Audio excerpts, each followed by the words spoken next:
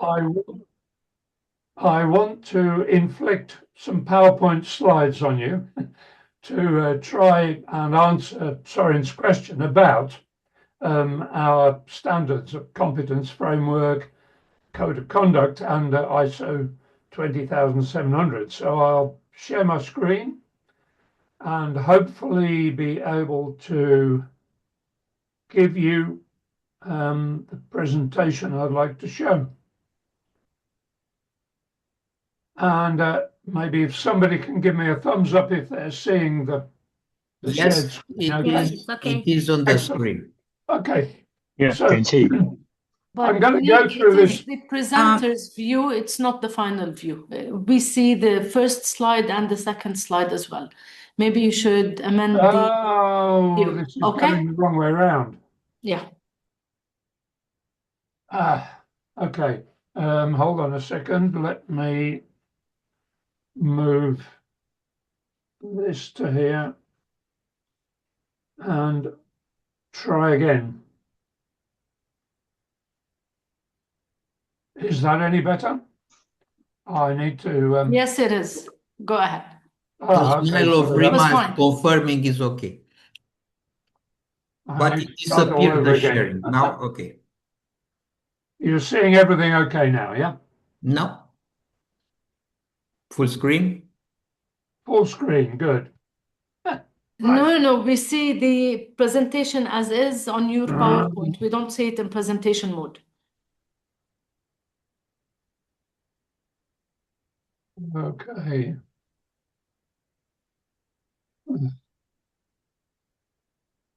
It was fine before you stopped sharing. Now this is fine. Just go ahead. Yeah.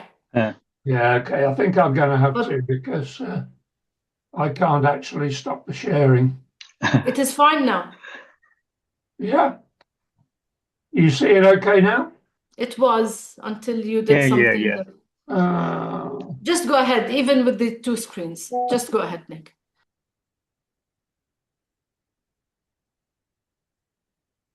Okay, I'm going ahead. So, within ICMCI, we have some professional standards that represent a global benchmark for competent, ethical, and transparent consulting. The first of these is our competence framework that defines the knowledge, the skill, and the experience that a consultant needs and aligns those capabilities with good practice in assignment management, which is the ISO 20700 standard. Secondly, we have a code of conduct, which sets the ethical rules of engagement for consultants worldwide, and it aims to protect clients and society. And thirdly, we have our ISO 20700 standard.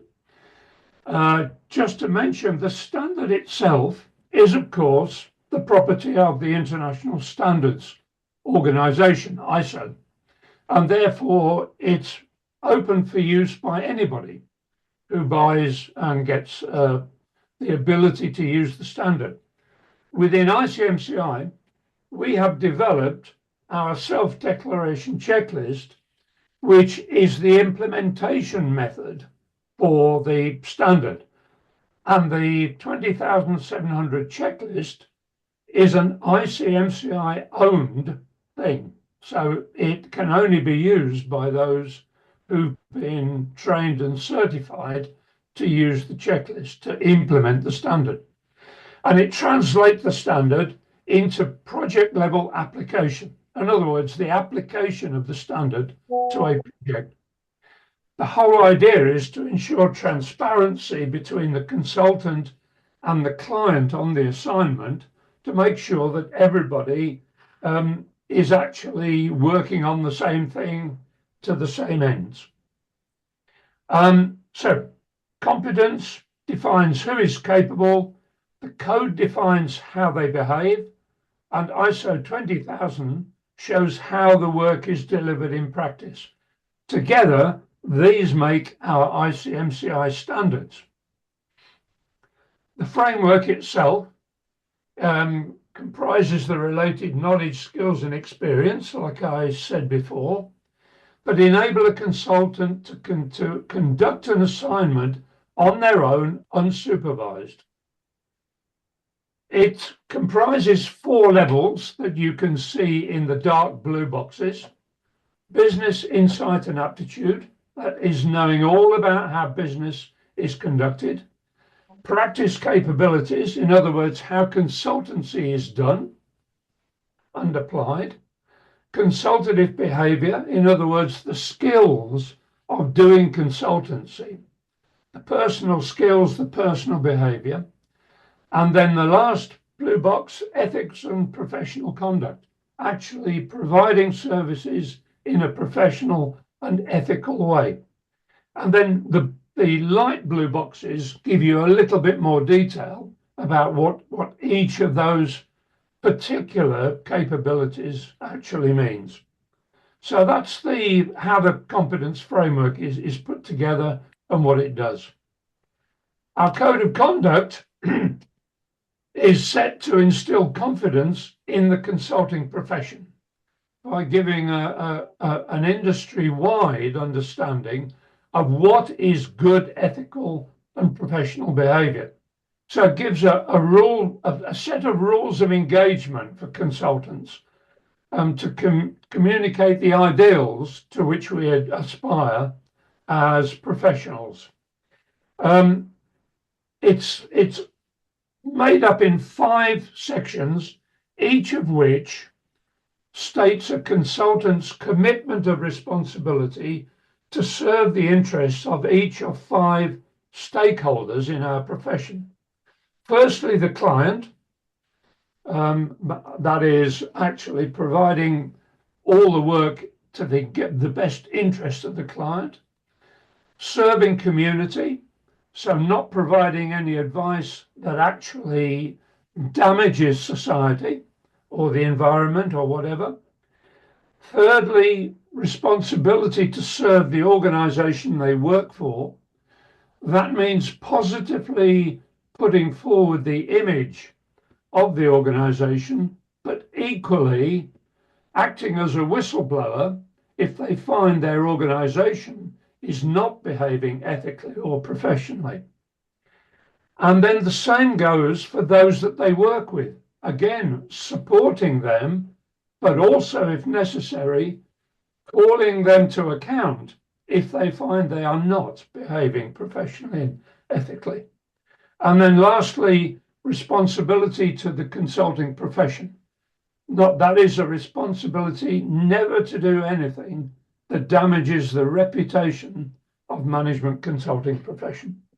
So that's our code of conduct. And now we come to ISO 20700, the standard, guidelines for management consultancy services. These are guidelines for conducting a consultancy assignment, a project. They don't give rules and regulations for how a consultancy company is run or how it's managed. They purely apply to conducting an assignment. The standard Nick, sorry, Nick, I think that we lost your screen sharing. Oh, really? Yeah, no, I think that these days Zoom and Teams are fighting somehow, and we don't understand how they. Okay, let me stop sharing and start again.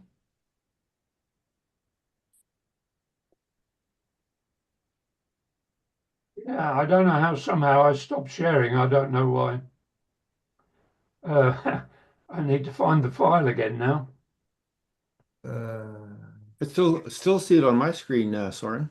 I don't see it on my screen, so something is wrong. Everybody else is seeing it? Yes, and it's Yes, still I'm there, seeing but not, it, Okay. Yeah, that's but I not can in see it on my presentation screen. mode. it's Not no in full longer in screen. presentation mode. Yes. Can you see Just it? Okay. go back to the presentation mode, Nick, and we would be able to see it. Okay. Yeah. You got it okay? Yes. Right. Okay, good. Sorry about that. Okay, so the standard aims to improve the quality and professionalism of the services that consultants provide, to enhance ethical behavior, and thus to give better value to clients and reduce client risk in engaging a consultant.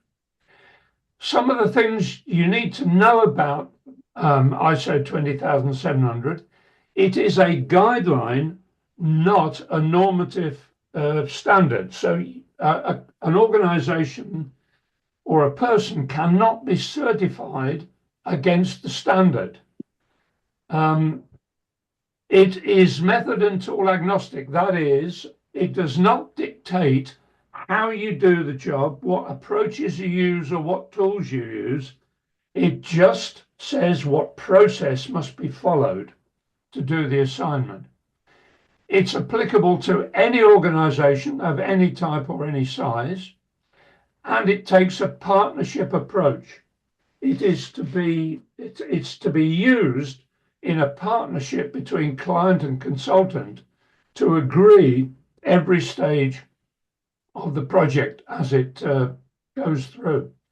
And it was developed by representatives from 48 countries. So it's been well put together. I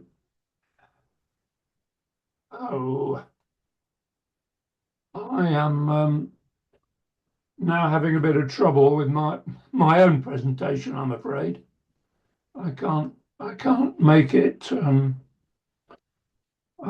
we go. Are you seeing the next block of text coming up? Yeah. So I just want to, before I go into the details of what's in the standard, I'd like to show you basically why it should be adopted universally by everybody, consultants and buyers. For a consultant, it differentiates you in a crowded market. It helps you to stand out from your competitors. It helps you to build trust with clients through showing them a clear process of how you do the job. It reduces the possibility of scope creep, that is, the client demanding more work from you for no more pay than you've already agreed. And it helps to avoid any disputes about the work you've done or the outcomes or the deliverables. And it does help you by feedback mechanisms to improve your performance for the future. For buyers, and I note we do have some consultancy buyers on stream today, so this is a message for you about ISO 20700. It gives you the means to objectively select a consultant and know that they're going to give you good service. It demonstrates how you can have clear accountability and ownership for the work that is done in the project.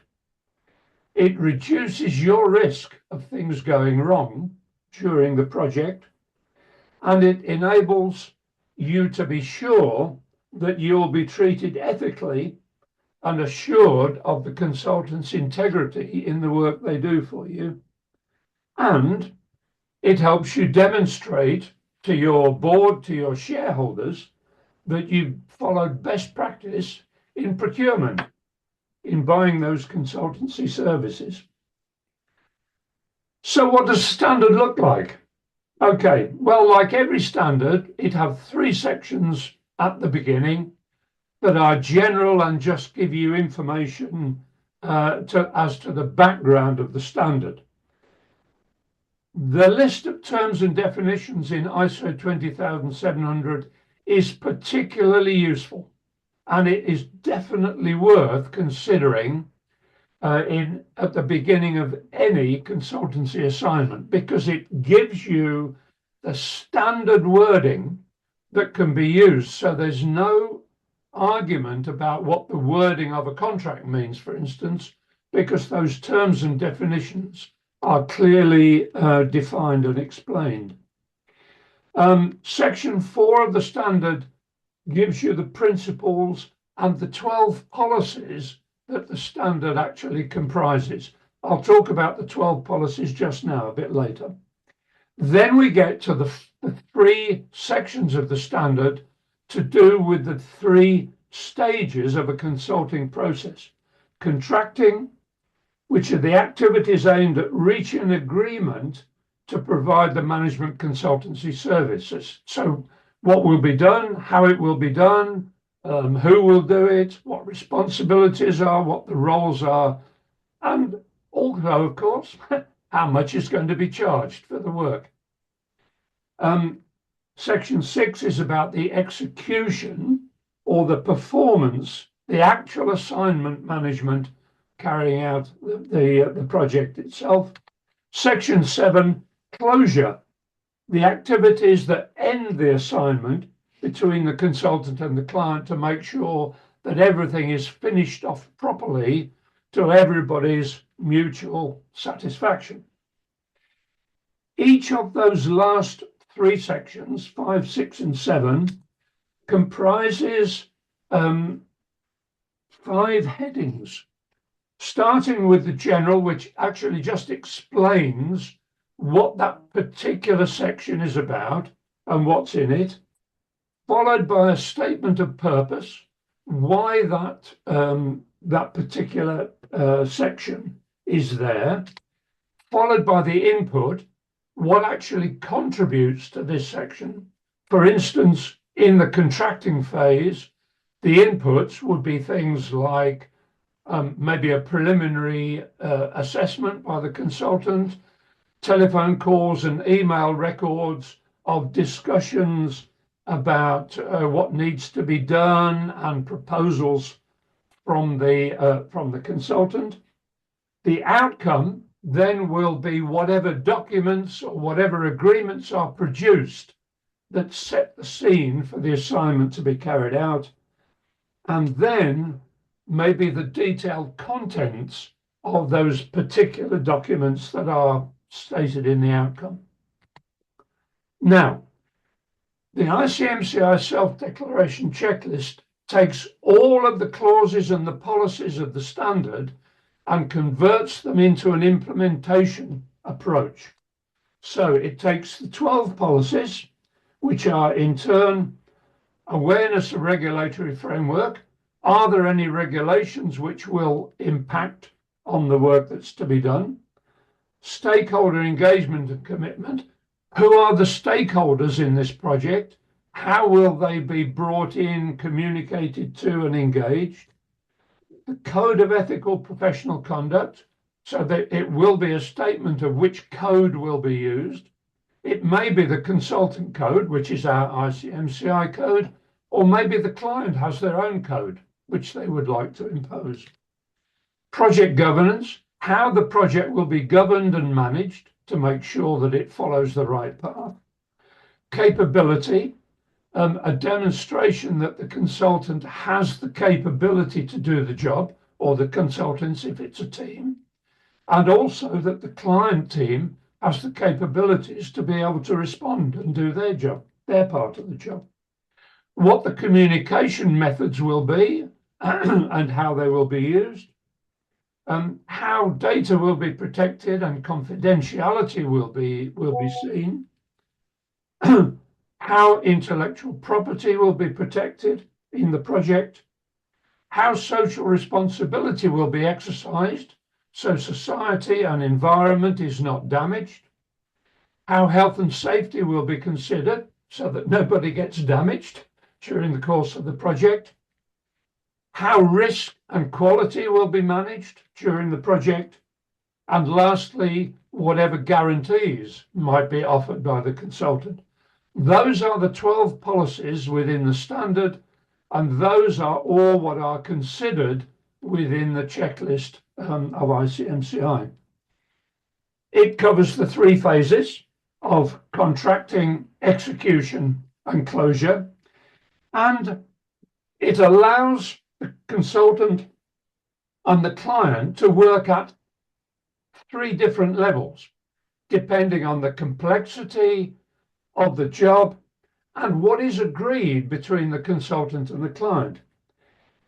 It could stop at first level, which is just the set of agreed documents that have been discussed and agreed between consultant and client, And it could just be nothing but a statement of what those documents are. And then those documents, of course, will be recorded within the project documentation. But it may, in a slightly more complex project, or if the client demands this, go to a second level where the actual topics that are covered, the policies that are covered within those documents are specified as well. So, for instance, in the contracting phase, rather than just saying there will be a contract, then it will say the contract will contain these clauses. And then there'll be roles and responsibilities, the project plan, the deliverables, the expected outcomes, and so on and so on. Or it could go to a third level where detailed contents against each of those topics will be shown. But the idea of the standard and the checklist is between consultant and client, they choose and agree how much detail they want to go into. So it could be on a very simple project, it's nothing but an email exchange. It could be on a highly complex project with different countries, different sites, big teams of consultants. It could be a very detailed contract, terms of reference, project plan, and all sorts of things. So it's up for agreement between consultant and client. I think I've spoken for far too long, but hopefully I've given you some information. If you have any questions, I know this presentation will be circulated afterwards, so you can look at it in detail, and I'm sure we'll cover it in questions and answers later on anyway. So, Sorin, back to you. Yeah, thank you, Nick. I think that you put together the theoretical part, the administrative part, and something which is useful for the consultants. I would like to, before asking Dwight about his view, I want to recall a little bit the debates around the position that ICMCI should have had in line with developing the standard. So that time I was the chair of ICMCI, I think it was 2016 or maybe early 2017 when the standard was approved. And there are two sides. One side, do we have Canadians around maybe? The Canadians said, no, it's too soft. Should be tougher, stronger, very clear. We have to beat them. The other side, I don't want to mention, there were several countries said, no, it's too tough. So we are not regulated profession. We want just to give something. It took us, as ICMCI, most probably 3 or 4 months to get together to a conclusion. And what we have on the table, it's a guideline, as you are saying. It's not an ISO 9001 or 14001 or 18001 or whatever you have that you are certified against it, but gives all the room necessary to develop the management consulting mission. In my view, we have the problem of spreading the contents and the spirit of the standard, not only towards our colleagues, the management consultants, but also in relationship with the clients. And this is something that we are still, after 8 years, 9 years nearly since the standard was approved, is still long way to go, and has several understanding why it's like that. Dwight, what do you think about the standard? I think it is, well, first of all, Nick laid it out very, very well. So for us to have the ability to detail what it means to deliver a management consulting program or a service is really, really important. When I have a bit of a presentation later, and when we talk about that, I'll make the distinction between the industry and the profession. So the industry is very large. In 2024, it for the first time ever exceeded $1 trillion. Management consulting is about 40% of that, as measured by our own internal people through the NCI. But what the difference is there is those individuals who are selling time for money. So they're basically out there, they're retired, they're between jobs, they want to pick up some extra income. So it's very easy to print a business card and say, I'm a consultant. But that just means that they're available and they're selling their expertise for a certain amount of money. The first step in becoming a professional is ISO 20700 because it talks about what is management consulting. How do you deliver a management consulting project and what does it mean to deliver that? Then the next step, of course, is the CMC. So I think it's incredibly important in terms of setting that baseline. Yeah, I think you're totally right. And if we remember very well the discussions, everybody wants something that should help them to get more work, more money. While we are saying that, okay, we have something to define what professionalism is, how it looks, but we have to link it also to the ethical behavior. And this is something that is not easy to be solved. Starting from the independence at the beginning, a client acceptance, so you don't accept all the clients for various reasons, but in this fight of finding work and finding money, it's not so easy. So I think that it's a long story that we are living. Anyway, we are preparing the second period of evaluating the standard. We have Robert Bodenstein that couldn't make it with us today, that is representing actually ICMCI in this equation, so preparing. The first, after first 5 years was no change. Now we know that there are discussions about how to improve the standard, what is going on, and of course we are going to keep you posted. Keep first of all the ICMCI members, but also the profession itself, because it's obvious that our target as ICMCI, now I'm speaking not as AMCOR, is to be the voice of the profession, more or less. And this is something that you can do it by sharing the values with everybody. Thank you, Dwight. Nick, do you want to add something on this? We lost Nick. No, he's there. Let me unmute my microphone. No, I wholeheartedly agree with what Dwight has said.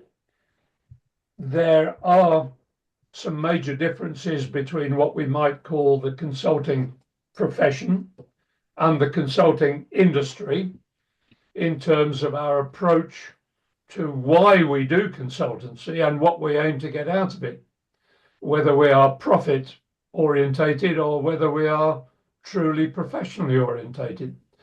And I think what we have within our ICMCI standards, and particularly the 20,700 standard, is a demonstration of the right way to go.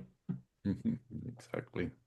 Yeah, no, you're totally right. On the other hand, among other liberal professions, we have to remember that we are not a necessary evil. I'm sorry for our colleagues, which are auditors, whatever business evaluators, which are required by law in various areas. We are not, nobody's pushing us. We have only one country in the world, which is Austria. In order to perform the profession, to do the job related to the profession, you should be member of the professional associations. All the others are very liberal, and everybody wants to reach Austrian level in this respect. However, in order to get money, get paid by our clients, we have to add value. And this is something that differentiates our profession from whatever other liberal professions, including lawyers, notaries, whatever else you can invent. We have to live in this way. Anyway, so let's step by step to move to the next, how to link the past, the present to the future. We are living in a period where the speed of change is so high and the new things coming over us are so many and with such a high speed that sometimes we feel like we cannot cope with all the challenges and all the things which are moving. When we started to discuss the format of today webinar, I spoke with both gentlemen, but I had in mind that few months ago, when the annual meeting of ICMCI was organized together with the conference of ICMCI in Shanghai in China, we had a round table. We had a chance to have in the same room four chairpersons of ICMCI, one in position and three former. And it's obvious that that discussion inspired us that we have to be more and more closer to what is going on and try to shape the future of our profession. So I know that Dwight in the last years has entered also in teaching and preparing high level educated people, and is trying. Of course, everybody has a question: why should we do that? And I'm coming back to a 10 years ago conference in Seoul, in South Korea, where the people were asking in the room, okay, if AI that is going to show up is going to do a lot of IT work, should we push our children to learn IT? And the answer was very simple to me. Okay, I was with the head of IBM Cognitive, which was a very strong person. And of course, he gave a political answer. I said, before that, I want to give you something. I'm coming from a communist country, and we had a problem with the religion during the communist time. And we said, in order to criticize the Bibles, first of all, you should read it. It's the same story with the IT. In order to understand what's happening, you should be close to what means and how it works. The same story with AI today. So, Dwight, what do you want to tell us about? You have a presentation also, I know. You can share it. Okay, I will do that. I first want to thank you formally for that introduction. I really appreciate that. And I also appreciate the invitation and the ability to talk to all of you. It's a pleasure to do that. The material I want to give you is drawn from one chapter of my book that Sorin so kindly mentioned, the consulting through uncertainty, and it talks about the consulting profession of the service of the future. Um, the reason I said service is it was going through my mind that one of the ways I give back is to talk to MBA classes whenever I can. I just love the energy in a room of people that are just starting out on their careers and thinking where they want to go. And these are typically classes where there's some element of learning about what consulting is. So I present on the future of consulting there, and I'm sort of drawing on that as well for what I want to do today. But Sorin said only one slide. I usually use about 20, so we agreed on 4, but I just want to give you the highlights of what I see as the key elements. Yeah, when could you ever find a management consultant that would only come with one slide, right, Sorin? That's one of the problems of the profession, yeah. Can everyone see the slide there now? Yeah. Good, excellent. Yes, it's clear. So the starting point is really that the pace of change is increasing. Sorin just so rightfully said that the change is speeding up, and it's not only that change is speeding up, but the pace by which it speeds up is changing significantly, and we have evidence of that just over society over the last years. If you think back to one of the major changes in the way we deal with each other around the world, airlines. From the time airplanes were first invented until they became commonly used was 68 years.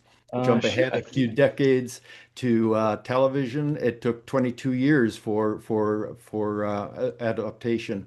Poate trebuie să mai suport și această limbă puțin că Cine vorbește de ce? rotate. We having trouble with the translation? No, I don't think so. Okay, good. I just had some overlay there for a minute. So if you think about those things, I just will put on the screen very quickly a graph that I pulled together for my book, which shows all of these things and the increasing pace of change, and that's continuing with ChatGPT now enhanced change. It's getting incredibly fast, and what we need to think about is that the major shift in terms of how executives think about change happened during COVID, when disruption went across all industries and around the world. Executives, boards realized how quickly it is possible for organizations to successfully adapt to change. Many didn't, many failed, but those who did succeed were successful and were leaders of the pack. And there's an intention and a desire to be able to continue replicating that. So what does that mean for us consultants? It means if the learning curve is faster in our client organizations, we have to be even faster than that to stay ahead of the curve so that we can continue to add that all-important value. The second point is that is about disruption, and disruption really is here to stay. All of the tools that are available through IT, through increased accessibility across markets, through the ability to deliver services for we as consultants virtually, it's changing the way the marketplace works. And if you think about the way that change takes place now, organizations are increasingly aware of disruption. The steady state doesn't cut it anymore. You need to be continuing to think about, how do I stay leading edge if I want to be among the most successful companies? And again, the message to us as management consultants is, how do we stay ahead of that curve? How do we anticipate that? How do we answer questions which haven't been asked before? These are really important for us as a profession to be thinking about. And the third point is around digitization and virtualization. So I referred to that a little bit in point 2, and the two are kind of related. But if we think about digitization, this is the ability to deliver services, to automate things. Up until 2 years ago, that pace of change was also increasing. Organizations were continually using IT and other methods of automation to become more effective, more efficient. But with the acceptance of artificial intelligence in terms of tools like ChatGPT and all the many tools, I don't know about you, but my inbox is always filling up with new initiatives in the marketplace about how to make our work easier. So digitization is increasing the ability to disrupt and making it easier for those who aren't changing and staying ahead of the curve to be disrupted. And the virtualization, the ability to meet with people in any part of the world, as we are today. People from around the world are coming together to share information and to share ideas. The same thing is happening in our client organizations. They are able to communicate globally. And more importantly, they are able to access expertise, staff expertise, hiring employees from anywhere in the world if there's that specific expertise that they need. And guess what? That also applies to consultants. The future of consulting is that client organizations can find consultants that have that specialized type of expertise that they need and hire them wherever in the world that they are. So that competition that we have as management consultants is increasing, and we need to be able to stay ahead of the curve again as consultants. So this is leading to what I call the Uberization of consulting. Consulting is increasingly seen as something that is available, and because so many out there that are selling themselves as consultants, it creates confusion in the minds of the client organizations. If they have an initiative, they have need of special expertise, they can go to all kinds of websites to find people who are, quotation marks, consultants who can help them with that. What we need to be sure as a profession is that we do not allow our profession to be commoditized. Our added value is through things like ISO 20700 and our certification process, through which we can demonstrate that we have that diagnostic capability to provide insights into problems, to get to root cause problems in organizations that those who are selling time for money aren't able to do.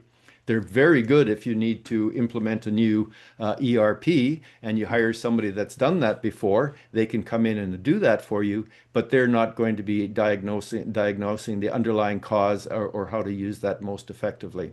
So that's perhaps one of the key points I'd like to make there is that we as a profession need to really figure out how it is that we demonstrate that added value. And I'll wind that up at the end with my closing comment.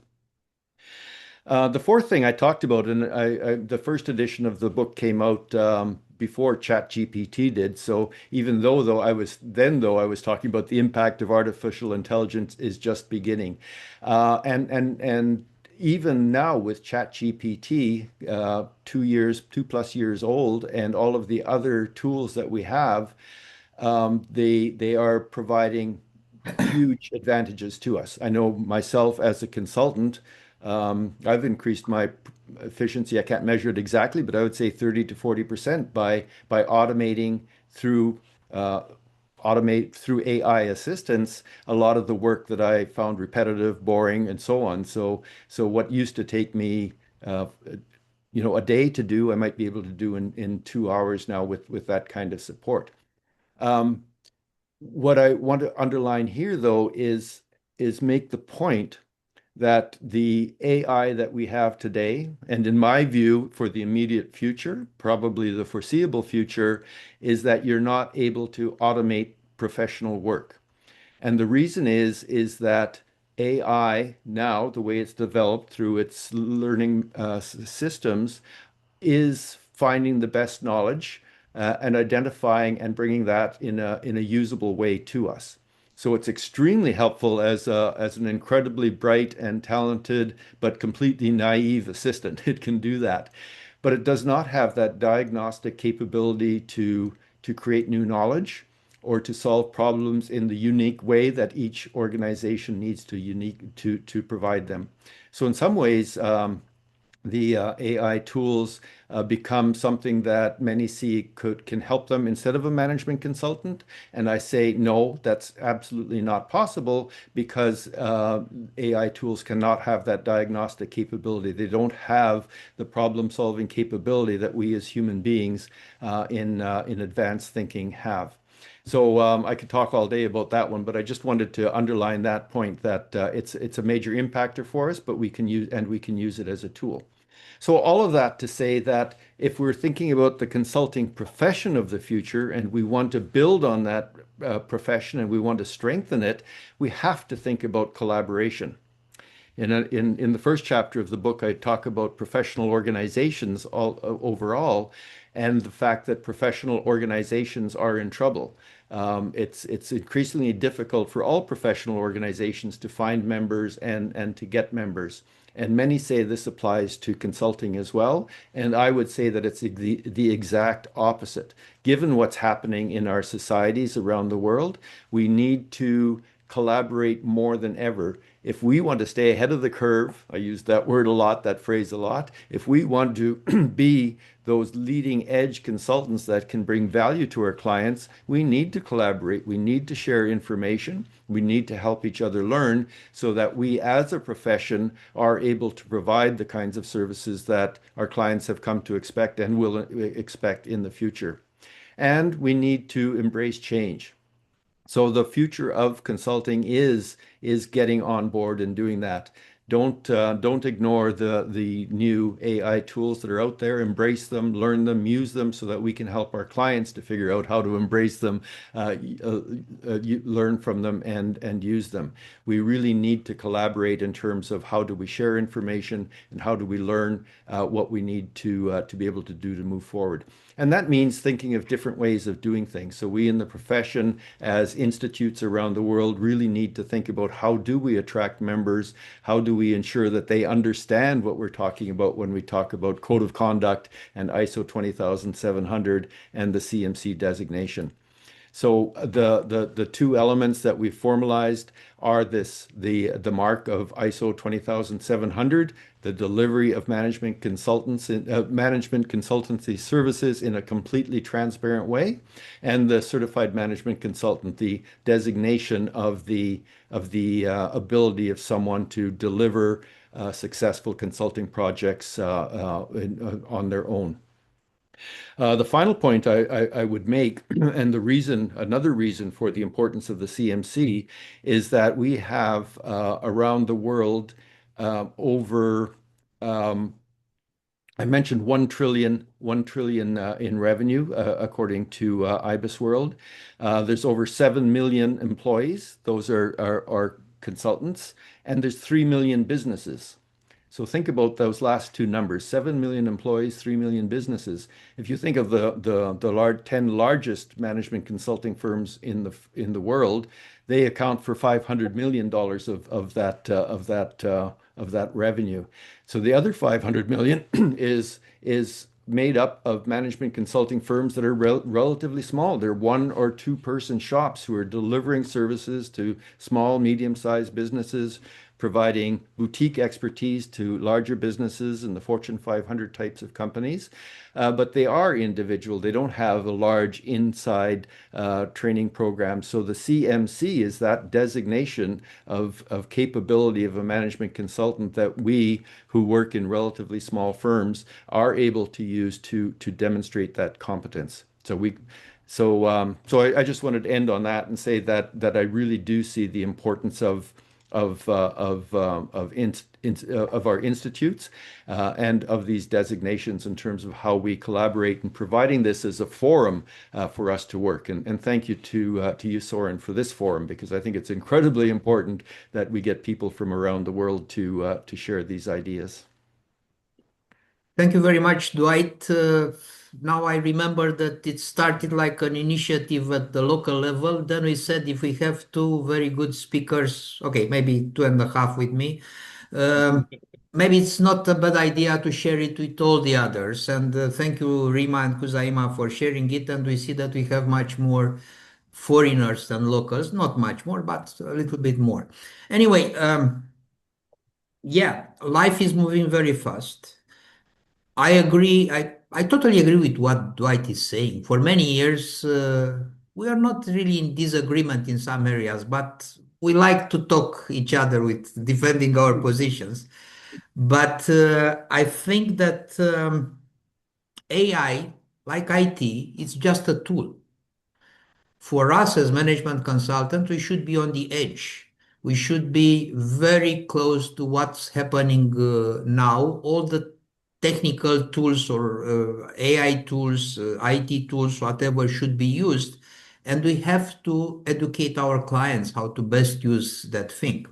So I had access to a very recent study done by a startup in London to very big organizations, including banks, commercial organization, as well as national health system regarding AI. And they have learned that what is the need is the basic need of understanding the AI, not a very complicated one, because the people are using the AI as covering everything, but they don't understand how it's working, how it can be used, and actually how they can implement that into their work. And most probably, most of us, we have the same problem at our level. And you can learn quite difficult this thing. In 2010, I have been asked to speak, or maybe later, 2011, in Greece. They said, what can we do? We are in a deep crisis. What should we do? And they said, let's see how we are going to use the IT. The IT is not solving the problem. You should use it in order to generate some added value, something new. I looked 2 years ago on the presentation that I have prepared in 2011. And if I'm replacing IT with AI, I can do the same presentation without changing any other word. So I think that the life is reinventing itself somehow. However, we should use the tools. I agree. And just before passing, Nick, prepare yourself. When we have that discussion, which was 10 years ago in Seoul, it was my first deep contact with Watson machine, which is an IBM product, which is really very, very useful. It's a neuronal computer. It's very nice that that guy, that I still owe him a bottle of wine or 2, said something like that. In order to understand what we have today, it's augmented intelligence. What is going to come, but look at me and say, maybe we don't going to see that. is the artificial intelligence. Now we are using artificial intelligence. And to understand very well the differences between the two, I'm giving you an example from the movies. Everybody knows Iron Man. He's some sort of augmented intelligence, so has a lot of tools which are helping him to be faster, stronger, reacting better, and so on. Artificial intelligence is Lieutenant Data from Star Trek that has his own decisions, his own even feelings. So I think that this is something that we don't have to forget. So don't disarm in front of the AI. We have to use it as much as possible. And of course, to be prepared for the moment when the artificial is going to, I don't know how it's going to clash that. Nick, what do you think about the, do we have a future? Of course. Yeah, of course we have a future. The big question is, what will that future look like? I totally agree and endorse what Dwight has said in every aspect.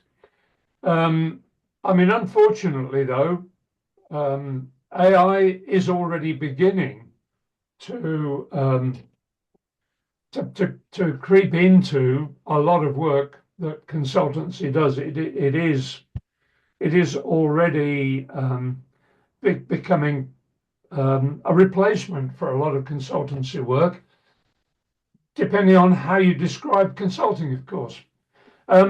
If you don't mind, I'd like to just show a couple of slides to enlarge on what Dwight has been talking about, and I'm hoping that they will appear on the screen correctly this time round.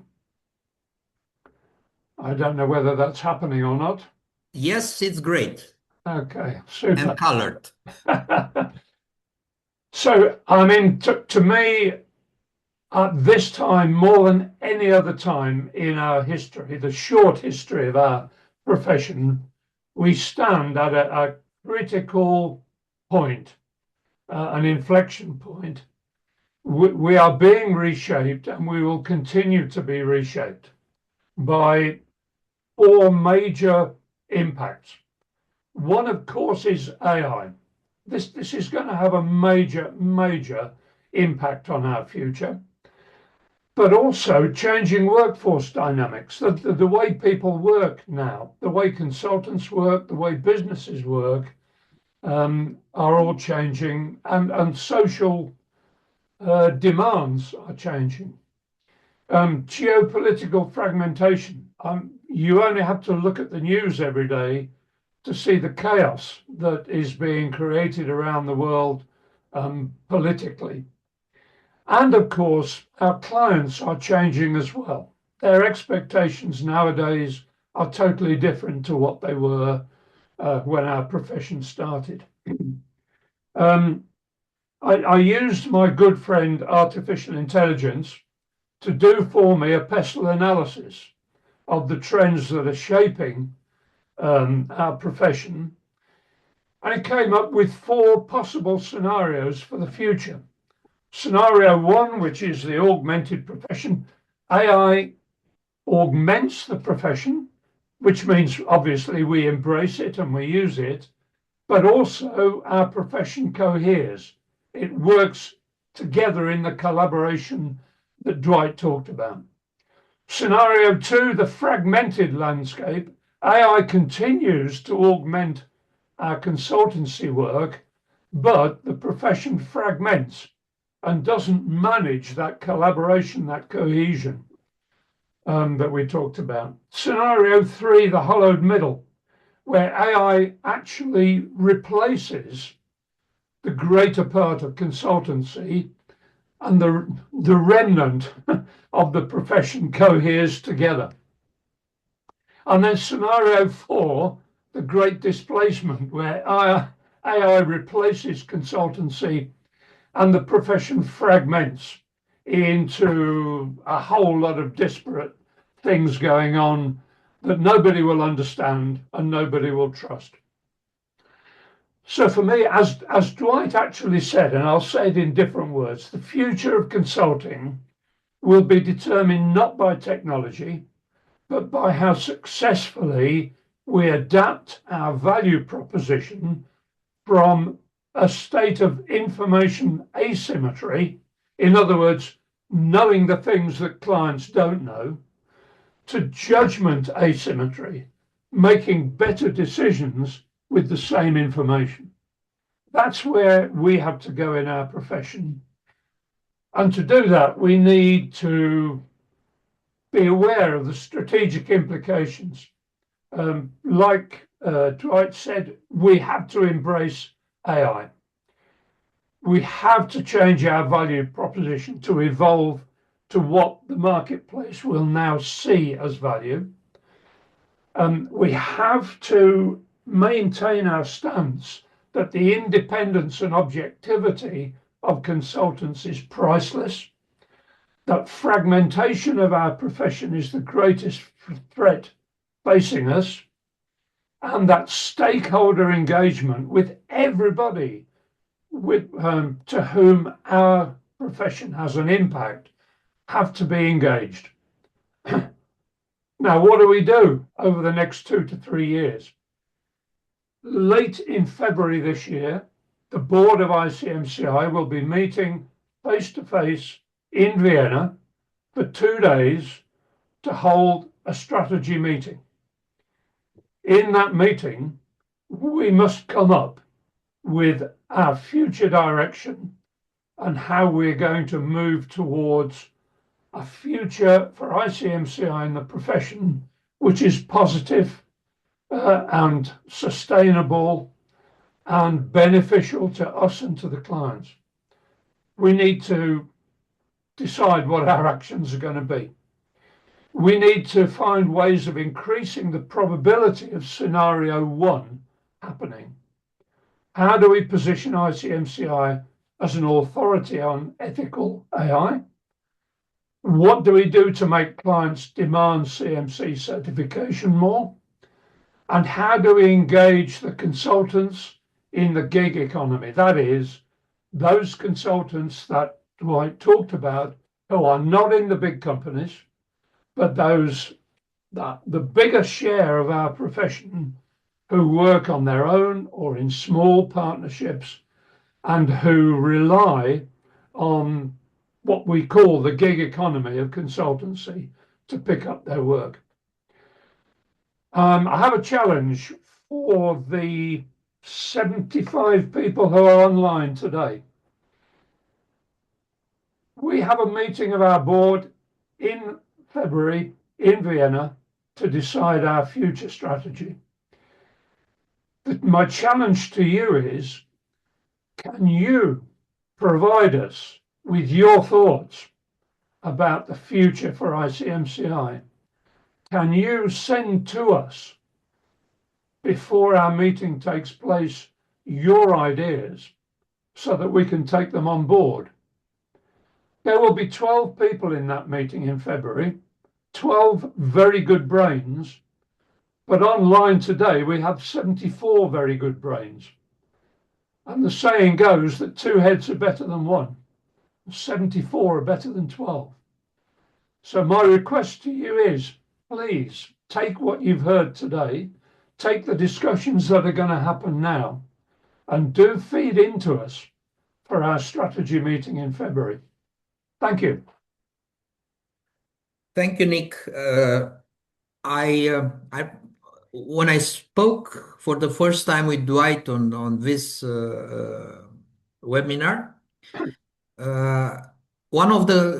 Dwight put a very straight question saying, what do we want to promote? And the answer is, we want to promote the profession, nothing else. We are not selling anything. We are just putting on the table issues that we are facing and the issues that we have to solve it in the future. What we haven't mentioned, Nick, because you put ICMCI into the picture, which makes very much sense. We haven't mentioned that every year ICMCI for the last 2 years, this is going to be the 3rd, has issued a number of white papers. Yes, we have a white paper on AI, which was issued 2 years ago. Robert Bodenstein is responsible for putting them together. And then last year we had about sustainability. I think that this year we are going to, I'm not allowed to put on the table the name of the new white paper, but it's going to be another white paper where we are trying to cover the biggest problem that not only the profession, but the economy and the social component are facing these days. Okay. Dwight, do you want to add something on this?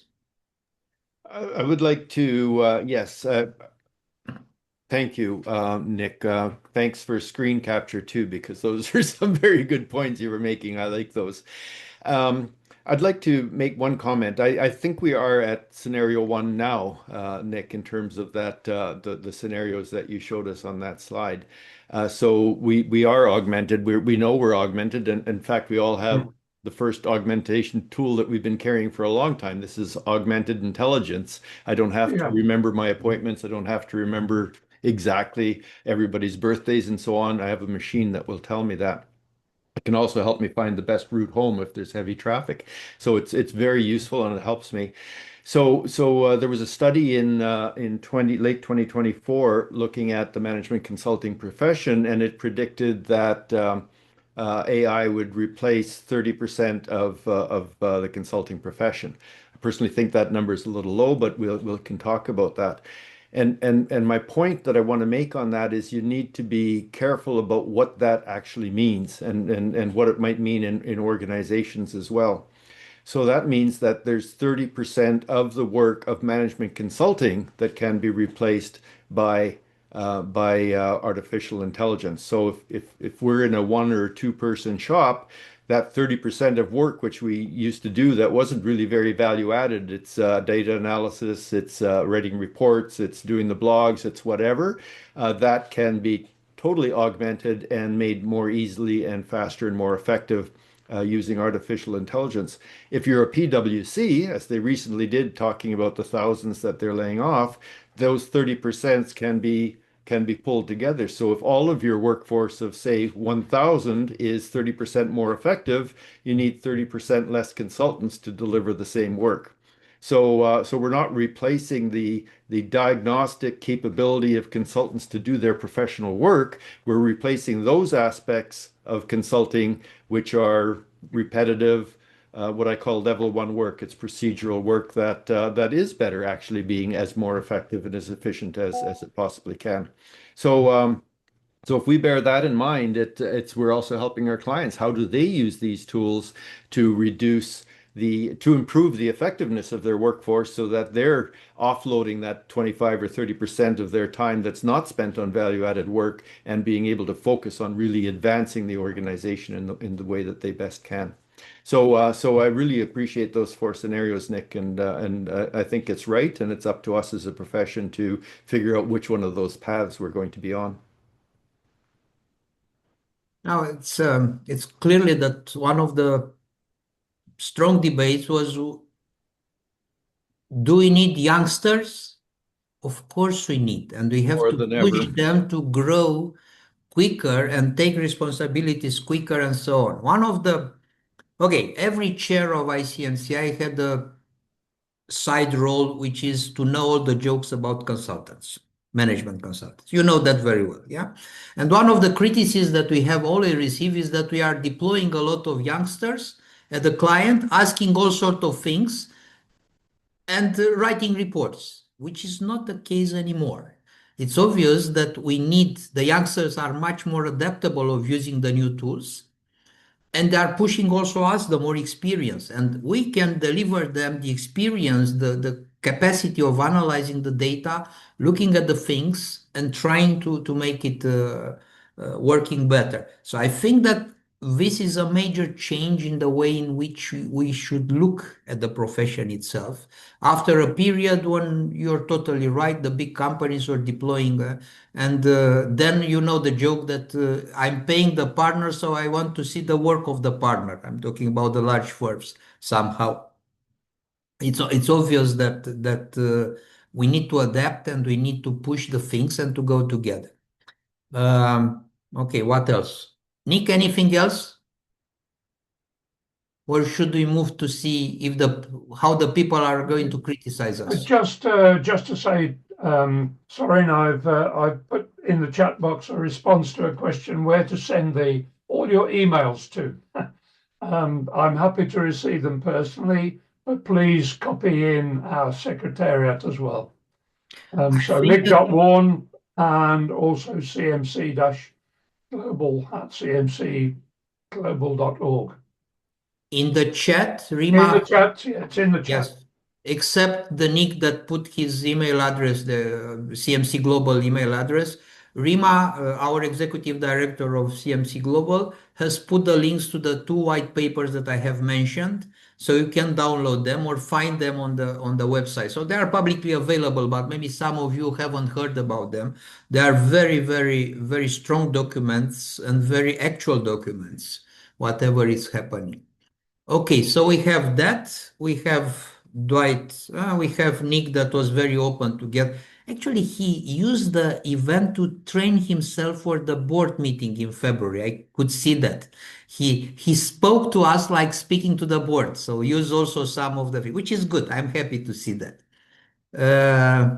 Okay, we have also, I think I've seen Alfred Harl around. So the Austrians are spying you. Take care. Anyway, so let's stop here and move to questions, debates, whatever you want to say, put it on the table. Alexandra, you look at those which are raising the hand or trying to say something and give them some priority in the way how they are asking. So I think that Nick is okay, Dwight is okay, I'm okay, so we can answer any question. You don't have enough questions to how many answers we have. Yeah.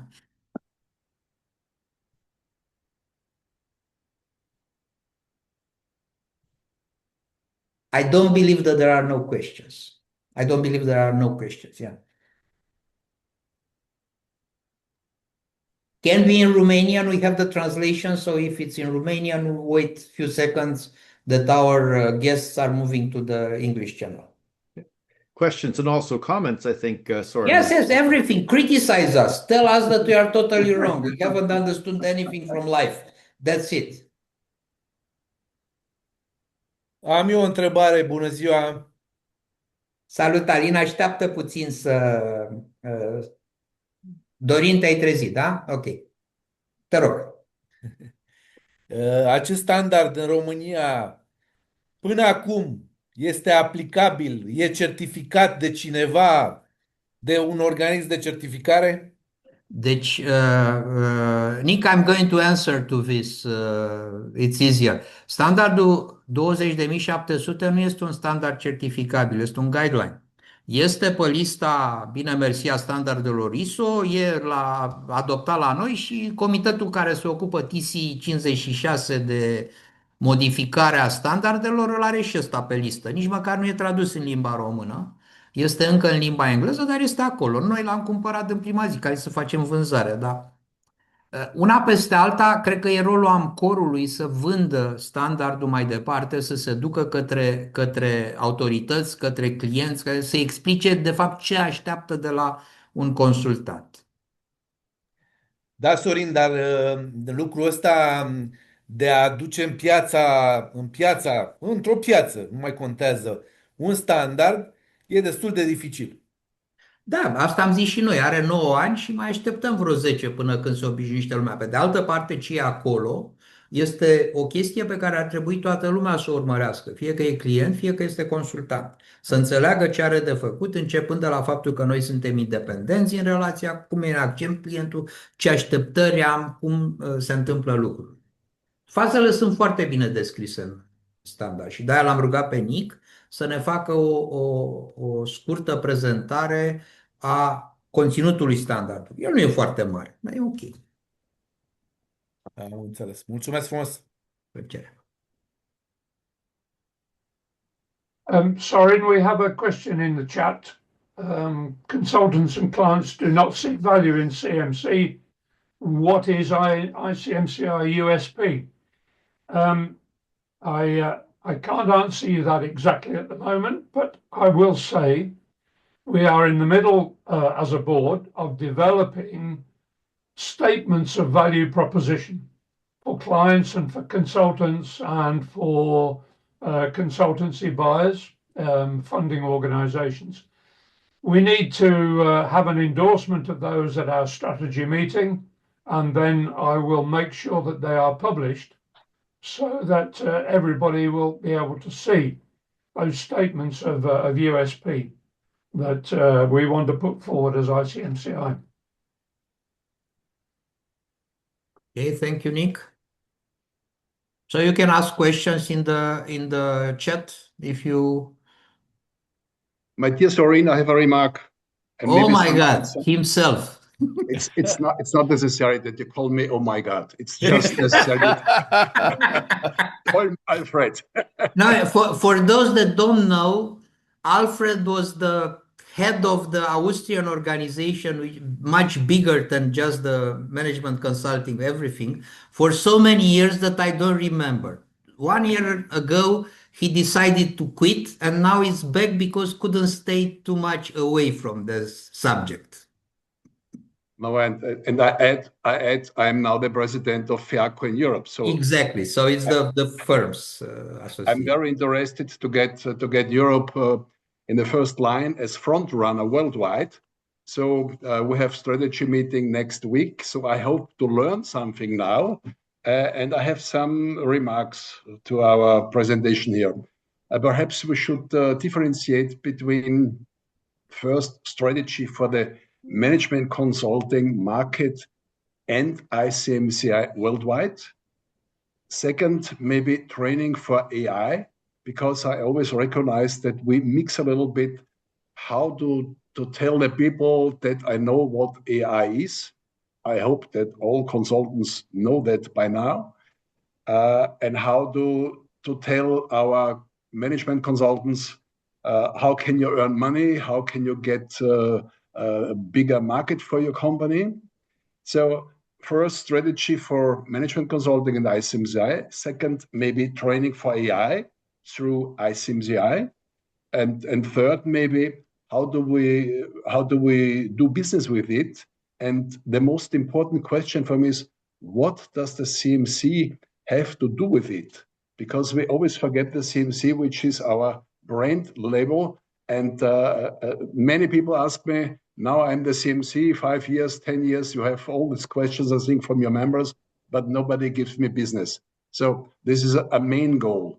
And together with AI, I think we should have a mixed strategy to tell the people, if you get a CMC in your office, in your company, you can be sure that you have this point in AI. Maybe this is a remark, maybe this is an idea to go forward. And I think we should not mix what do we know about AI and strategy. These are totally two different things. Thank you.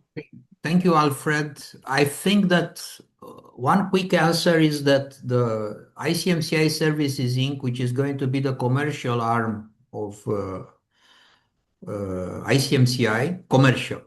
Okay, the spreading the knowledge, more or less, the tool to spread the knowledge is becoming functional very soon. So we have passed all the hurdles, or nearly all the hurdles before that. And most probably, AI is going to be on the top of the needs. And of course, many other things, but we are going to share that level. So I think that, as I said, we start from the low level and then bringing more knowledge and so on. The good thing is that we have the people around the organization which are doing that. So it's going to be not very complicated to spread it. And Dwight said something that, not today, but he said, okay, it's very complicated. Now there are so many learning courses, learn whatever you can learn, whatever you want from YouTube and so on. Which is our value proposition? It's very simple. I think we have agreed together most probably, and Dwight, please correct me if I'm wrong. We are bringing the experience and we are bringing the knowledge of the things which are really happening and the capacity to link them and to develop. So this is one thing. The second, I think that Nick has mentioned already, that we are preparing something to go further, which is the value proposition and what's happening. CMC, everybody wants to get much more work and hoping that the CMC is going to give them more work. Not even in Austria. I'm happy that you haven't been online when I have mentioned a few things about Austria, so I don't want to repeat them now. But it's obvious that everybody wants to have, okay, I'm going to get a certification. What's in it for me in terms of work, money, whatever it's at the end. That's a very complicated story, and this is something that I feel I'm receiving this question since 15 years ago. I remember Gert that was keep asking me the question. It seems that you are following him very well in this respect. I'm not in the position, so Nick has to answer today, so I'm the happy side of it. Yeah. Nick and the board.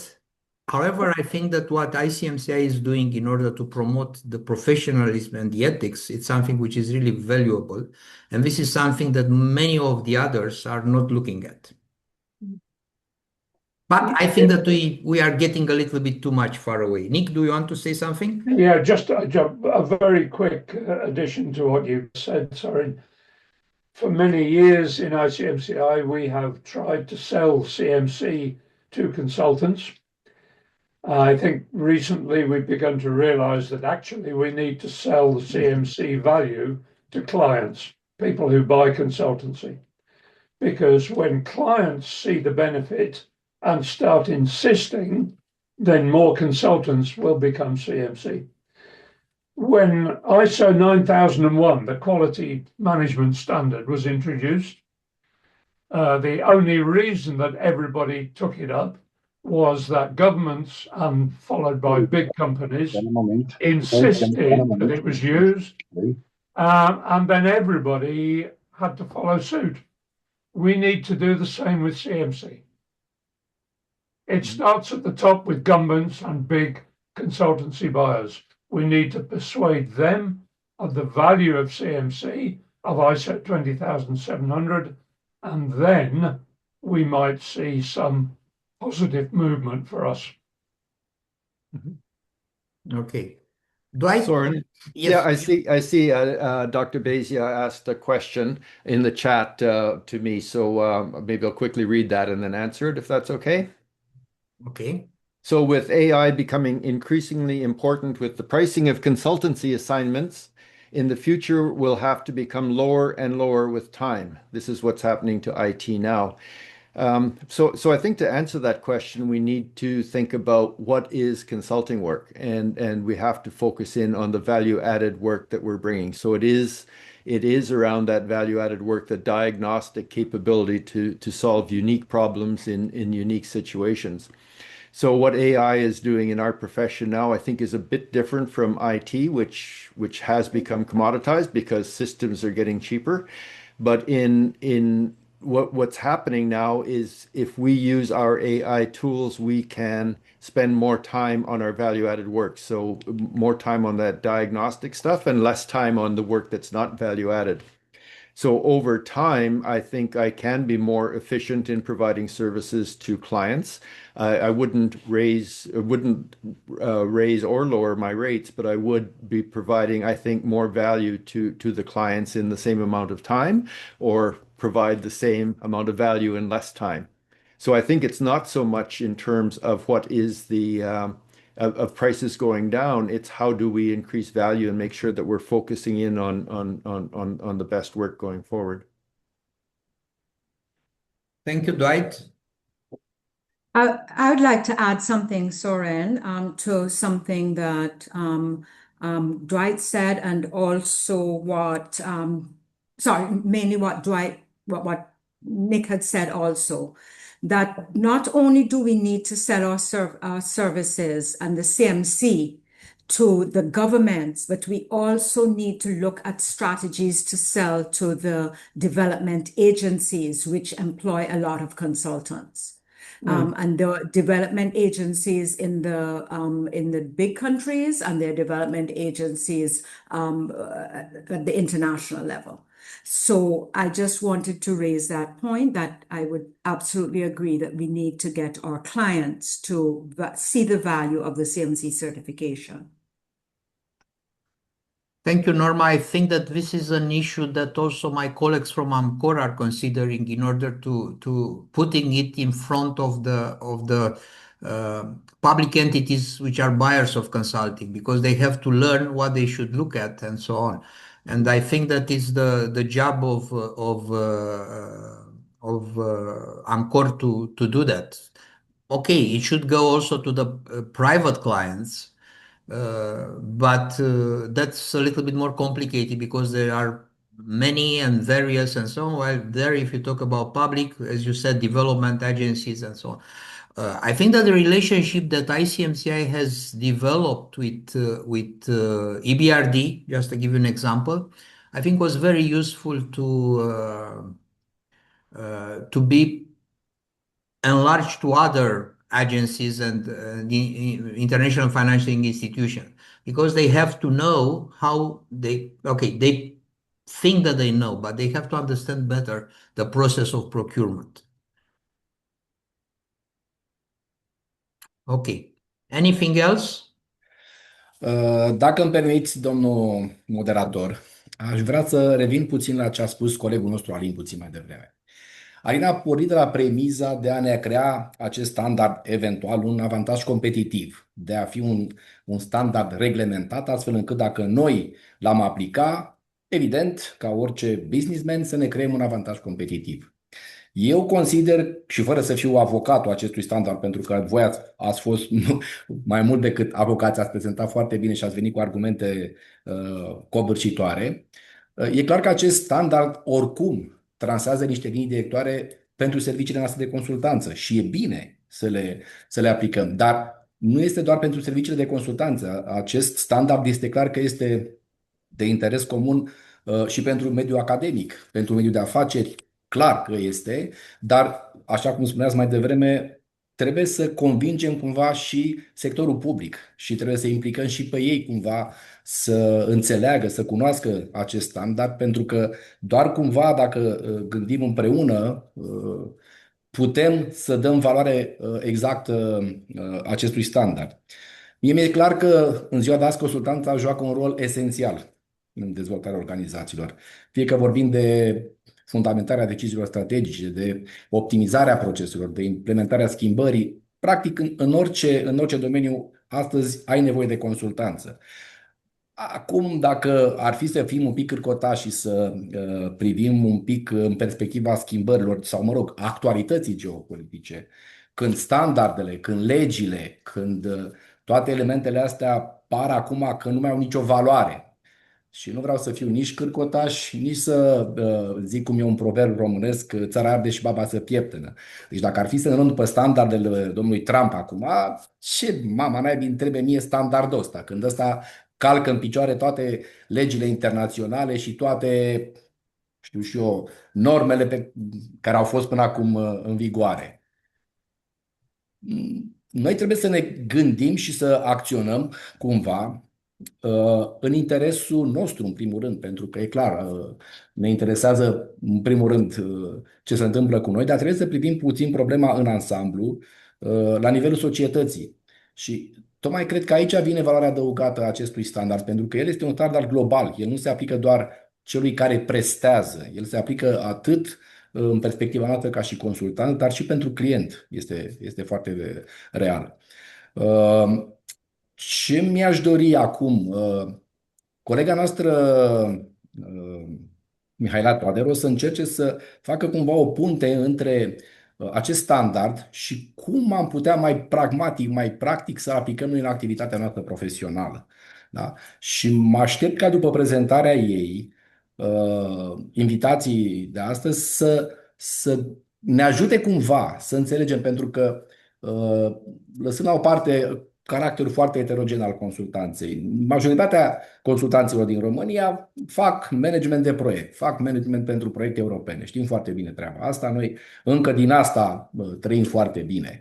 Lăsând la o parte activitatea voastră a CMC-urilor care faceți consultanță la nivel global. Noi încă majoritatea consultanților facem consultanță la nivel național, ca să spunem așa, și mare parte din activitatea noastră se referă la și se reflectă în consultanța fondurilor europene. Urmează o nouă perioadă de programare. Sunt schimbări majore în toată Europa în momentul ăsta. Nu știm cum va arăta Europa peste 5 ani, peste 10 ani de zile.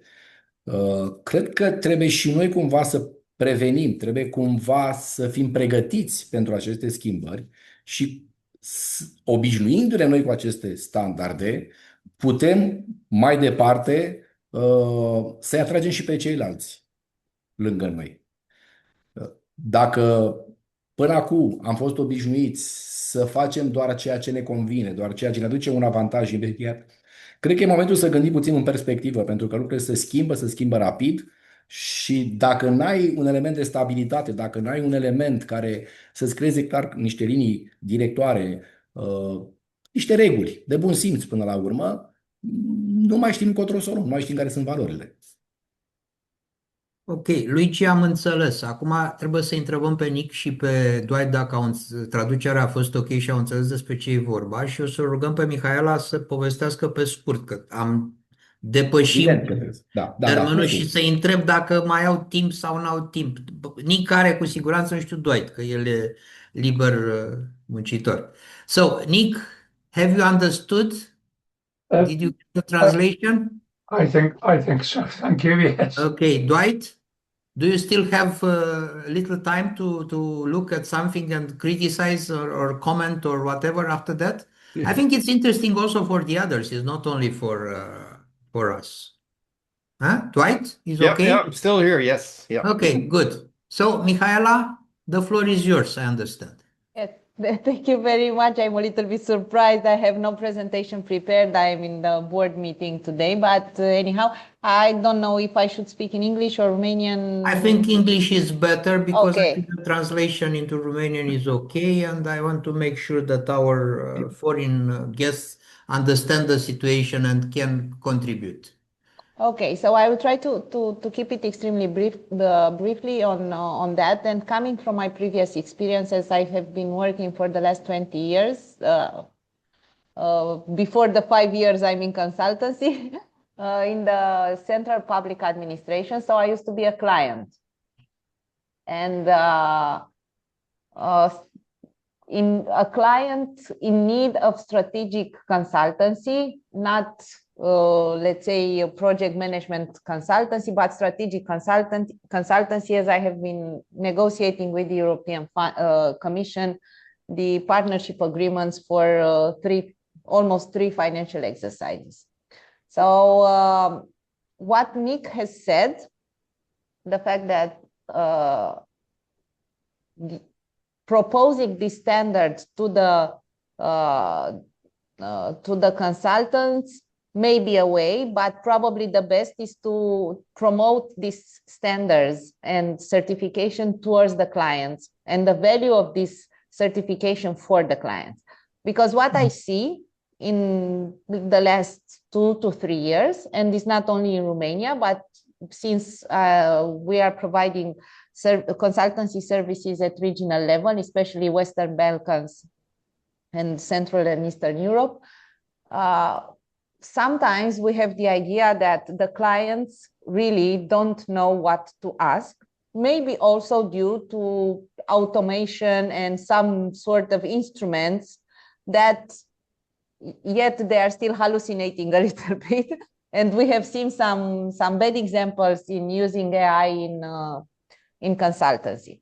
So I think that one of the proposals that maybe should be taken into account at Romanian level in AMCOR meetings and also in your board meetings would be how to promote this certification for the clients and to really understand that AI or other different types of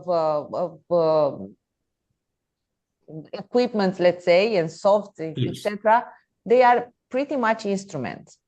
I've just been a full day in discussing AI in professional services, as we are a group of 20 companies, and we have in the group one company that is promoting AI, and the others we are doing consultancy services, professional services, so somehow we are colliding. yet we really understand that we can work together as long as we take this technology as an instrument and not as a purpose in itself. And here I think we should be extremely careful. So what I promote, let's say, is first of all to try to convince the clients that this type of standards and certifications are something that they can use, and then for sure we will be trained and we will take this certification. And this would clear a little bit the environment that we have, because everybody now it's a consultant, whatever that means. And we should promote ethics also in our profession, honestly. Probably due to specific instruments, I've seen for the last 2 years a really loss of ethics in our profession, starting from pricing and other sort of let's say, behavior. On the other hand, I think that we should be really thinking on how we are going to use AI. And also here, it's a matter of ethics, and we have seen the disaster. So we shouldn't reject the instrument, but really propose some principles and values that should be used by the profession in taking on board the new technologies. Thank you very much. No, I thank you. I think that it's a very good argument in favor to what we have discussed today. Nick, go ahead.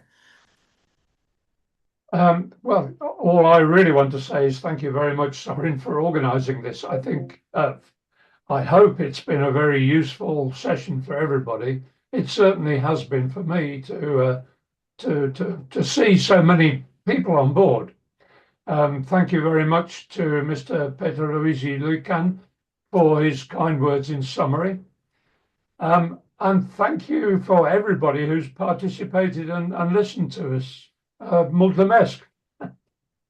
What do you think about what Mihaela said? I think that there is not too much to comment. It has to be done. That's all. Absolutely. I can only really say 2 words or 3 words. Let's do it. Okay. Dwight, what do you think about what Mihaela told us? I'm also totally on side. She's added the extra element that I didn't mention because I talked about ISO 20700 as the first step in the profession, but I think she's right. It's actually becoming a member of an institute and signing the code of conduct. So that's the first step, that you recognize this is a profession, and then the next step is to start getting accredited, which starts with ISO 20700. Okay, so it seems that Mihaela has a weak connection. However, everything was recorded, so you can see yourself in the movie. Yes. Okay, so I think that we have exceeded a little bit the time that we have proposed. I'm sure that if I wouldn't stop you, we should continue for much longer. But I have paid them only until now, so that's it. So don't ask more money, okay? I have an invitation from Nick to go to Vienna in one evening and have a glass of wine with them, with the condition that I'm paying it. So maybe I'm taking that.